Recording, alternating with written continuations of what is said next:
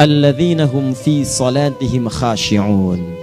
Syarat pertama, kalau ingin mendapatkan surga Firdaus tadi dan kebahagiaannya diturunkan ke bumi, dibawa sampai mati, masuk ke alam kubur lebih bahagia lagi, maka amalan pertama untuk melatih menguatkan iman itu, coba berlatih untuk menunaikan sholat dengan khusyuk. Kalau Anda kerjakan benar sholat ini, maka apa yang Anda dapatkan? Teman-teman ingat betul, saya mau tanya sebentar. Keabadian yang abadi disebut dengan sa'id. Kalau kita ingin turunkan ke dunia percikannya kita dapatkan, usahanya disebut dengan apa? Masih ingat? Aflah itu kalau didapatkan, kata dasarnya apa tadi? Falahun. Lihat baik-baik. Kata Allah dalam Al-Quran tadi, kalau ingin mendapatkan falahun, amalan pertama sholat. Makanya ketika dipanggil sholat, kalimat falah dilekatkan pada panggilan sholat. 5 kali diingatkan.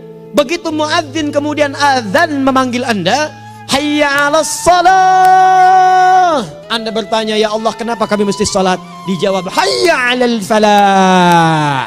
Yuk, pagi yuk. Yang sejati datang sini. Belum dapat sujud, belum dapat ruku, saya berikan.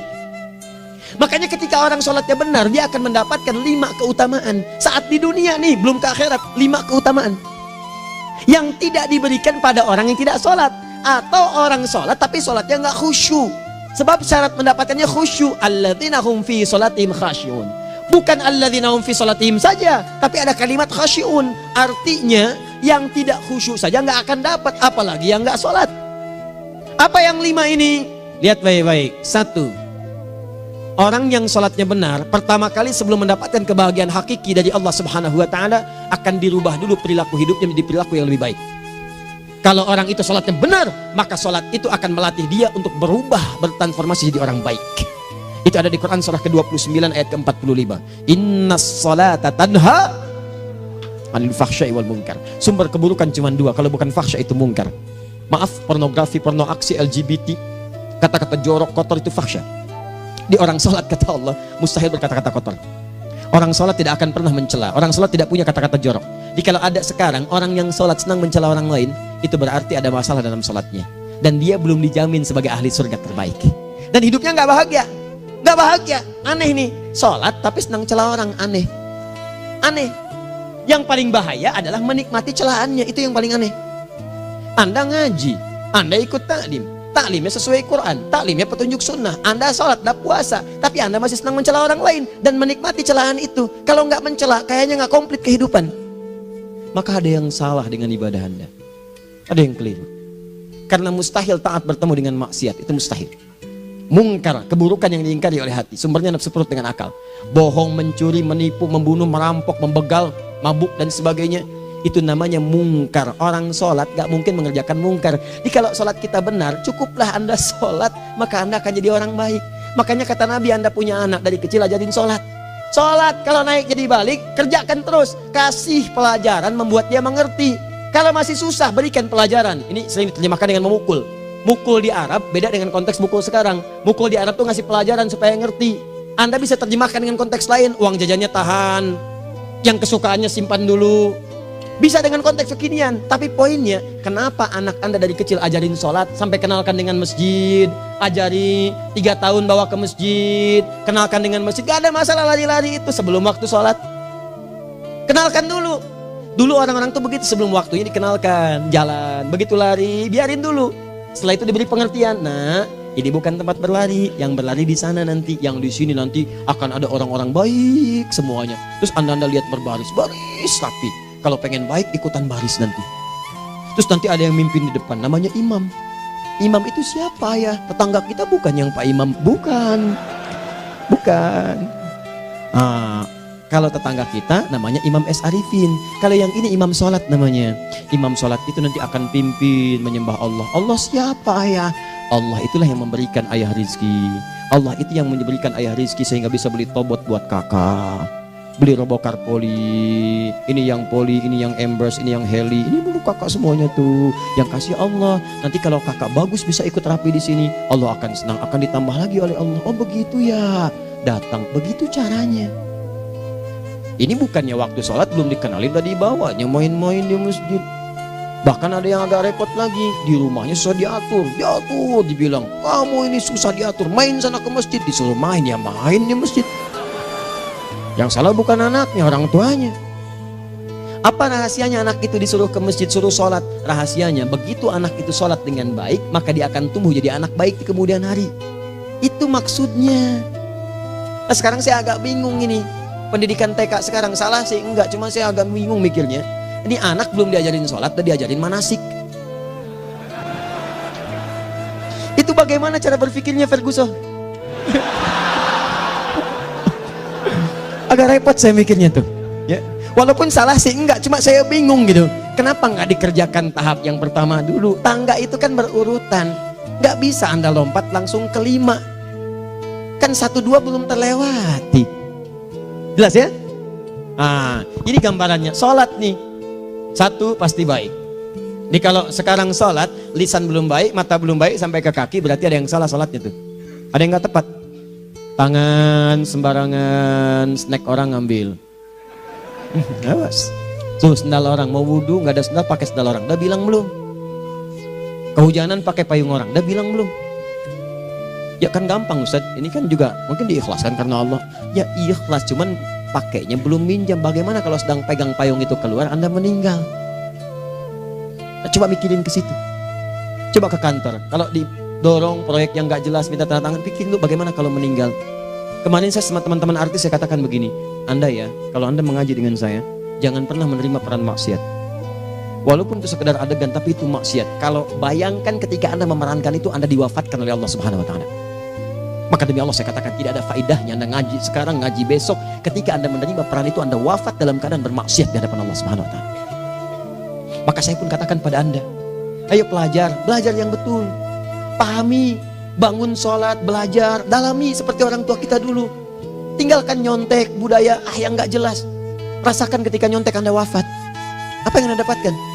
Di Libya itu, kalau nyontek, di Libya ya, saya pernah sekolah di Libya nih. Itu kalau nyontek, dibiarin aja dulu. Dan rekornya 100% ketahuan. Begitu sudah selesai, cuma jeda 2 jam, langsung ada panggilan. Si Fulan silahkan datang ke kantor. Apa yang disediakan di kantor sudah siap.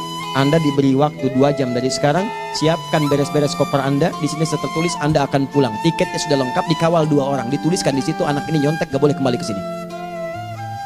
Libya. Gak ada, zero tolerance bagi yang seperti itu. Keluar. Kami gak terima di sini. Harusnya begitu.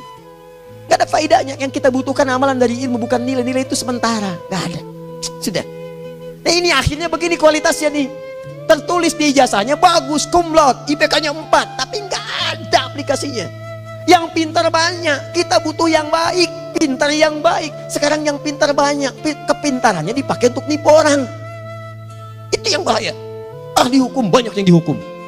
Ahli ekonomi tidak bisa mengangkat perekonomian. Apa yang salah? Apa yang salah? Ini yang jadi persoalan. Tapi dasar manusia, begitu di sidang mulai pakai peci, pakai baju koko, pakai tasbih, ada yang pakai kerudung. Luar biasa. Nih 2. Orang kalau sholatnya benar, Allah akan berikan ketenangan dalam jiwanya. Tenang hati. Jangankan musibah kecil, musibah paling besar pun tenang aja dia. Tenang, dia paham rumusnya. Allahu Akbar. Turun Quran. Surah ke-13 ayat ke-28. Ala bidzikrillahi tatmainnul. Yakinkan pada dirimu, zikir kepada Allah membuat hati tenang. Di antara turunan zikir amalannya adalah sholat. Dari mana taunya? Quran surah ke-20 ayat ke-14. Innani anallahu la ilaha illa ana fa'budni wa aqimis salata li dzikri. Saya Allah, kata Allah ke Nabi Musa. Tidak ada Tuhan selain saya, sembah saya. Bagaimana menyembahmu ya Allah? Tunaikan salat sebagai zikir kepada saya, zikir. Nah, maka kalau Anda sedang tidak tenang, ayo ke masjid. Banyak zikir itu, baca Quran zikir. Quran surah 15 ayat 9. Inna nahnu nazzalna dzikra. Kami turunkan Al-Quran sebagai zikir. Jadi kalau Anda sedang baca Al-Quran, Anda sedang berzikir. Ibu kalau sedang gak tenang, Bu, gelisah, gak enak, gak usah mengeluh, apalagi bikin status gak karuan. Ibu wudhu, ambil mushaf baca. Begitu sedang baca ada ketenangan dalam jiwa. Berdoa, zikir. Kalau sedang gak tenang, besok ada proyek, doa dulu. Doa itu memberikan ketenangan. Makanya doa disebut dengan zikir. Quran surah ke-7 ayat 205. Wadhkur rabbaka fi nafsika tadarruan wa khifatan wa dunal jahri minal qaul. Ayo berzikir, minta kepada Allah dengan segenap jiwamu, mohon dengan penuh ketawaduan. nanti ketenangan diberikan. Menghafal Quran, baca itu zikir. Quran surah ke-54 ayat 17, 22, 32, 40. Walaqad yassarnal Qur'ana lidzikri fahal mim mudzakir. Menyebut nama Allah, Asmaul Husna itu zikir. Sedang ada persoalan, ya Allah, ya Allah, ya Allah, ya Rahman, ya Rahim, ya Malik, ya Qudus, ya Allah, ya Allah, ya Allah, ya Allah. Zikir. Dalilnya Quran surah kedua ayat 152. Fadhkuruni adzkurkum. Sebut namaku, zikir. Apapun akan mengingatmu. Gimana menyebutnya? Ditafsir di Quran surah 17. Ayat keberapa? 110.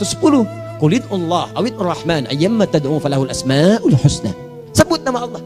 Itu menenteramkan pada jiwa. Sedangkan sholat gabungan dari semua zikir tadi. Bukankah dalam sholat Anda baca Al-Quran? Bukankah dalam sholat Anda menghafal Al-Quran? Bukankah dalam sholat Anda berdoa? Bukankah dalam sholat Anda istighfar? Anda mohon digabungkan semua itu. Amalan sholat menggabungkan semua jenis zikir. Masa Anda nggak tenang juga? Makanya sholat itu, jangankan sholat ya, tempat sholat itu yang menenangkan. Tempat sholat, tempat paling tenang di muka bumi. Kalau nggak percaya silahkan ya, Anda sebelum masuk ke Istiqomah ini, begitu Anda masuk kan perasaannya beda kan? Lain. Silahkan cek, kalau cari ketenangan datang ke masjid. Masuk, wudhu masuk, sholat 2 rakaat, tenang. Dekat kipas angin, saking tenangnya, plek, ngantuk tidur. Beneran. Enak. Makanya saat Ramadan kalau orang pengen cari ketenangan, lihat. Di perusahaan-perusahaan penuh tuh musola, pada tidur. Ya, mengamalkan hadis palsu.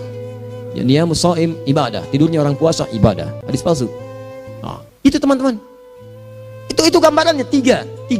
Orang yang salatnya khusyuk benar, itu dijamin langsung oleh Allah Subhanahu wa taala akan dimudahkan semua urusan hidupnya termasuk rezekinya. Ini yang saya katakan. Jadi saya katakan tadi, di akhirat ini, di surga, rezeki tinggal ngambil.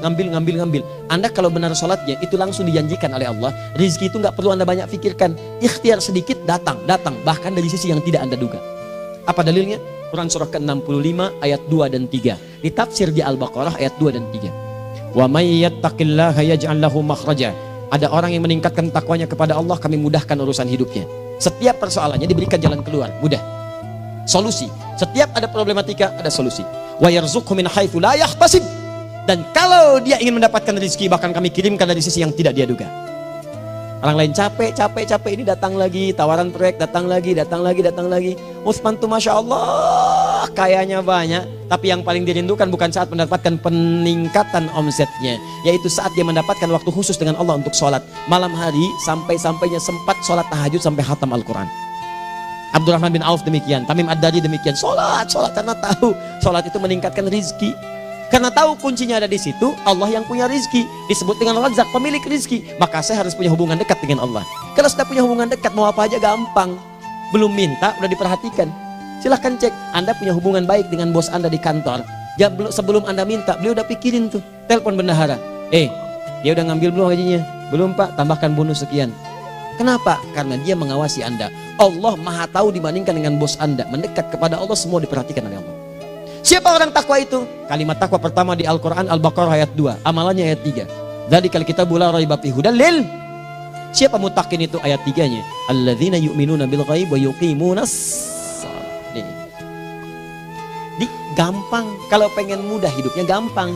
Biaya nggak mahal, tenaga nggak banyak, tingkatkan takwa nih. Jadi kalau hidup Anda masih susah, di kantor champion, di rumah tangga bermasalah terus, atau sebaliknya, maka boleh jadi kalau gelar Anda tinggi, harta Anda banyak, tapi selalu punya masalah, bukan Anda kurang hebat, bukan Anda kurang kedudukan, bukan Anda kurang kaya, Anda kurang takwa.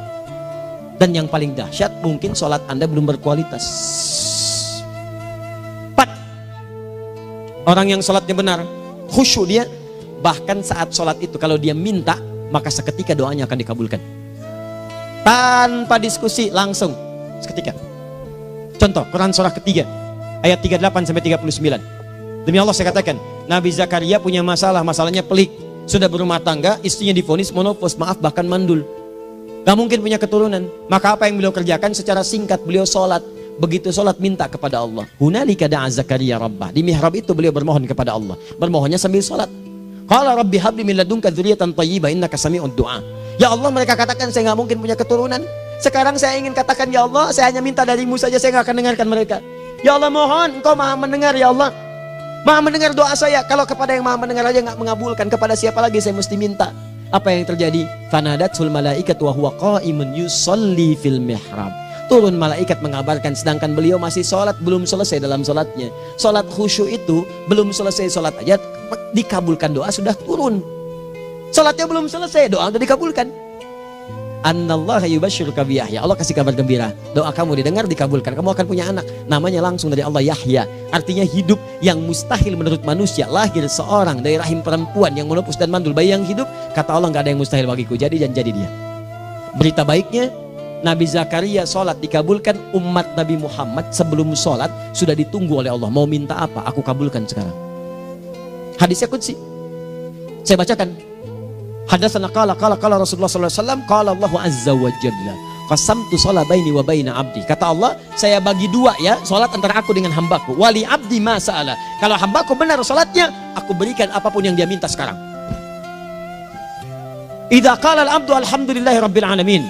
Bagian pertama, kalau hamba benar nih baca Al-Fatihahnya dari alhamdulillahi rabbil alamin, kalau Allah azza wa jalla dijawab oleh Allah, hamadani abdi, hambaku sedang memujiku. Wa idza qala ar-rahmanir rahim, jika hambaku berkata ar-rahmanir rahim, qala Allah azza wa jalla athna alayya abdi, hambaku sedang menyanjungku. Wa idza qala maliki yaumiddin, qala Allah azza wa jalla majjadani abdi, kalau hambaku mengatakan maliki yaumiddin, kata Allah hambaku sedang mengagungkanku. Perhatikan sekarang. Wa idza qala al-abdu iyyaka na'budu wa iyyaka nasta'in, jika hambaku berkata sekarang, ya Allah, kami sekarang ibadah, sholat menyembahmu, dan kami sekarang sedang punya masalah, kami hanya minta tolong kepadamu ya Rabb. Apa jawabannya? Beda dengan sebelumnya. Kata Allah, hadza baini wa baina abdi, inilah perjanjian antara aku dengan hambaku. Wali abdi, kalau hambaku benar khusyuk sholatnya sampai detik ini, baru sampai Al-Fatihah itu pun belum tuntas, baru sampai Al-Fatihah itu pun belum tuntas. Kalau benar bacaannya betul sholatnya dari takbir sampai dengan selesainya, sampai ayat itu iyyaka na'budu wa iyyaka nasta'in, kata Allah, masalah apapun yang dia minta sekarang aku akan kabulkan. Besok saya kasih rahasia yang di KBP. Ada awal pembuka di awal sebelum Al-Fatihah yang kalau Anda benar bacanya itu pengantar kepada pengabulan doa di Al-Fatihah. Apa itu? Besok. 5. Yang kelima ini yang paling diharapkan, dan ini penutup dalam kajian kita malam ini. Teman-teman sekalian, perhatikan baik-baik. Jika Anda benar mengerjakannya, maka Allah akan jamin langsung Anda akan mendapatkan kesuksesan dan kebahagiaan di semua aktivitas Anda. Kalau jadi suami yang sukses, rumah tangga yang bahagia. Kalau jadi pegawai yang sukses, dan di kantor bahagia. Masih ingat? Kesuksesan yang menghadirkan kebahagiaan, konteksnya dunia disebut dengan falah, dipegang disebut dengan aflah. Dikembalikan lagi ke atas, ke surah ke-23 ayat 1 dan 2. Qad aflahal mu'minun. Apa amalannya? Alladzina hum fi salatihim khashi'un. Persoalannya, kalau Anda sholat belum mendapatkan satu di antara 5 ini, apa masalahnya? Pertama masalahnya, kata Al-Quran, boleh jadi yang sholat itu belum khusyuk. Apa itu khusyuk? 2 maknanya, dan saya tutup di sini. Apa yang 2 itu? 1, kebanyakan orang sholat masih membawa dunia dalam sholatnya. Makanya kalau pengen khusyuk, kata Allah, maka Anda rasakan akan bertemu Allah. Rumusnya Quran surah kedua ayat 45 sampai 46. Rasakan secara singkat, mungkin itu sholat terakhir yang Anda akan kerjakan dalam kehidupan. Mungkin di sholat itu Anda wafat. Kata Allah, alladzina yadhunnuna annahum mulaqu rabbihim. Orang khusyuk itu sudah kelihatan dari sebelum sholat, dia sudah merasa persiapan menghadap Allah. Persiapan ke manusia aja, dia sudah siap-siap, mandi dulu, ganti pakaian, pakai parfum, macam-macam dan sebagainya, hanya memenuhi undangan manusia. Allah mengundang Anda 5 kali dalam sehari. Ya maaf, mengabulkan doa Anda, mencukupkan kebutuhan, menyembuhkan kalau sakit, disiapkan Anda. Harusnya apa? Penampilan sempurna. Kata Quran, orang khusyuk itu kelihatan sebelum sholat, pakaiannya kelihatan. Quran surah 7 ayat 31, ya bani Adam khudhu zinatakum inda kulli masjid. Ya anak cucu Adam, kalau tiba panggilan dari masjid, kenakan pakaian terbaikmu. Di anak cucu Adam tuh kelihatan. Kalau orang khusyuk begitu adzan kelihatan pakaiannya lain. Pakaiannya indah. Khudhu zinatakum, kenakan pakaian terbaikmu. Dipakai, bertemu Allah. Bertemu manusia aja pakaian bagus-bagus. Ini aneh ya, ada orang salah ibadah aja. Orang salah ibadah pakaiannya bagus-bagus. Lihat nih hari-hari tertentu, besok tuh orang mau ke tempat masing-masing tuh. Ada yang pakai jas, pakai dasi, pakai batik, pakai kebaya. Anaknya dibawa, dikuncir 2, bawa manisan macam-macam. Mau salah ibadah aja, tampilan bagus. Masa antum yang benar ibadahnya nggak bagus? Bedakan. Pakaian futsal, pakaian sholat ganti dengan yang sholat. Ini gimana pakaian sholat pakai pakaian futsal? Depannya gambar Messi, belakang Ronaldo. Repot. Malaikatnya juga bilang, kamu salah baju, harusnya Luka Modric.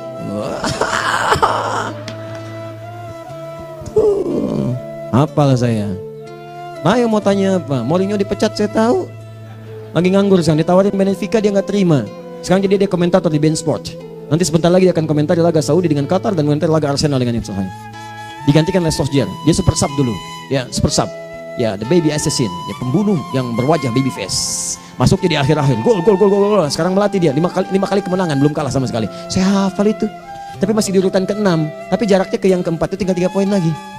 Hafal saya, Liverpool tahu cuma 4 poin sekarang bedanya, kemarin 7 kalah 2-1 sama Manchester City. Walaupun banyak analisis yang menyebutkan mungkin itu diberikan saja gitu kan, karena ada yang lain-lain. Hafal kedua Manchester City, hafal saya. Ayo mau tanya apa lagi? Tottenham Hotspur ke bawahnya, ada Chelsea, ada Arsenal, baru kemudian Manchester United. Liga Italia, wah udah gak kekejar Juventus. Ya, apa lagi? Dan seterusnya lah. Gak ada ujungnya bahas yang begituan. Jelas ya? Maksud saya, Anda tanya itu saya jawab. Tapi tidak menghilangkan ibadah kita yang lain. Dan apa ruginya? Ya tahajud dah. Apa yang bisa dikerjakan besok, lihat besok. Ya kan tahajud kan bisa besok. Ada orang tahajud jam 10 pagi? Gak ada. Lebih baik Anda kerjakan malam tahajud. Yang tidak bisa dilihat malam bisa dilihat besok. Cara berpikirnya bagaimana kalau besok meninggal? Gak kesampaian teman-teman sekalian. Gak kesampaian.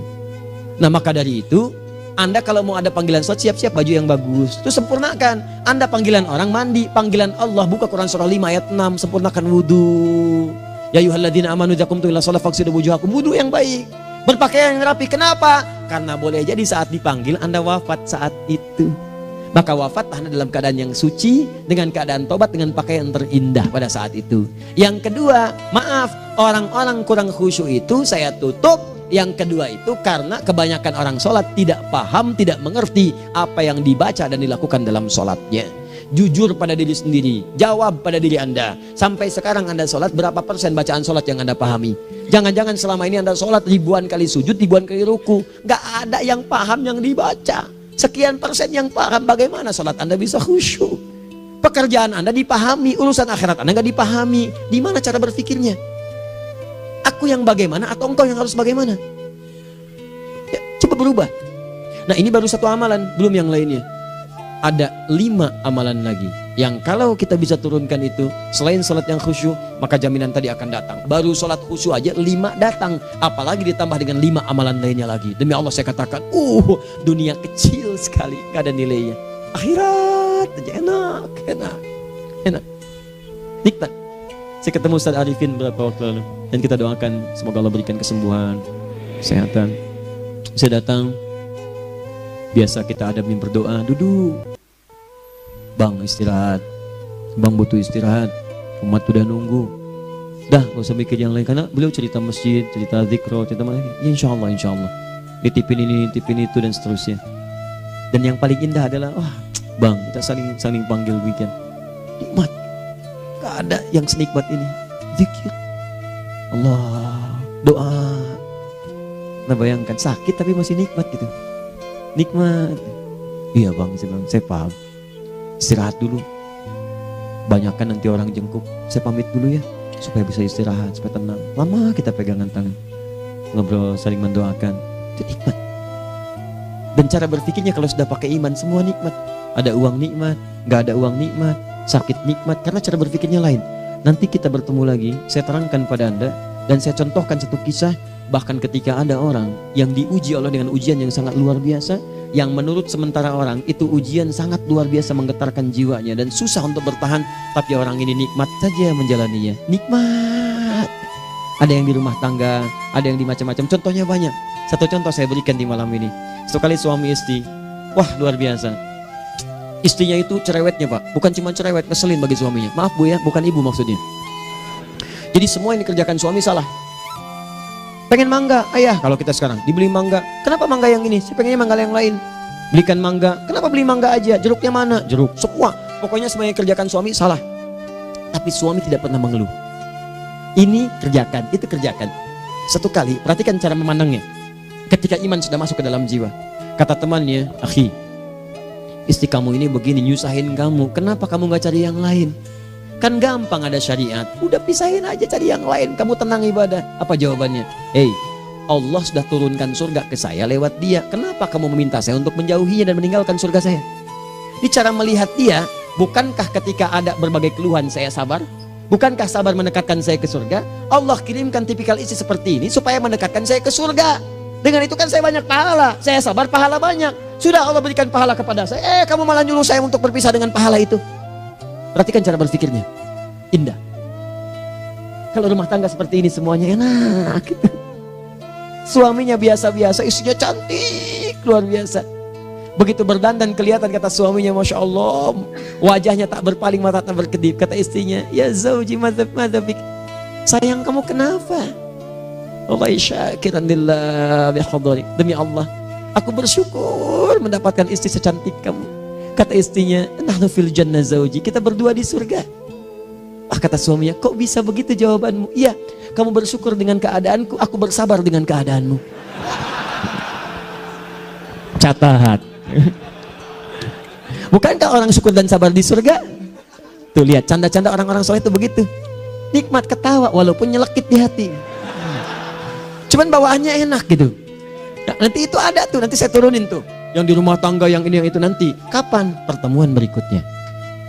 Jadi kita cukupkan dulu di malam ini apa yang kita pelajari supaya nanti nggak terlampau banyak kita dapat materi, cuma sayang sedikit mengamalkan. Saya sudah tuangkan di sini, banyak saya tuliskan termasuk di keluarga, di macam-macam. Ini saya tulis tapi silahkan Anda baca, kalau ada manfaat silahkan dapatkan, kalau ada yang kurang silahkan sampaikan untuk dikoreksi. Semoga Allah muliakan kita semua insya Allah.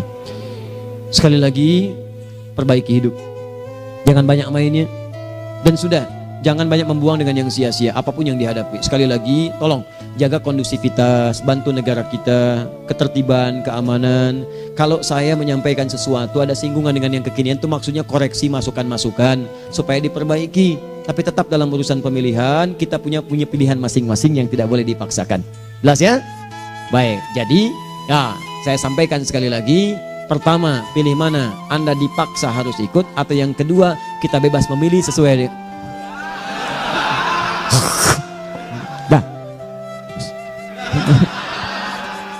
sudah ya. Jadi kita akhiri, subhanakallahumma bihamdika asyhadu an la ilaha illa anta astaghfiruka wa atubu ilaik. Wa akhiru da'wan alhamdulillahirabbil alamin. Berjumpa besok sesi terakhir fikih ikhtilaf di Masjid Ar-Rahman Kota Baru Parahyangan. Assalamualaikum warahmatullahi wabarakatuh.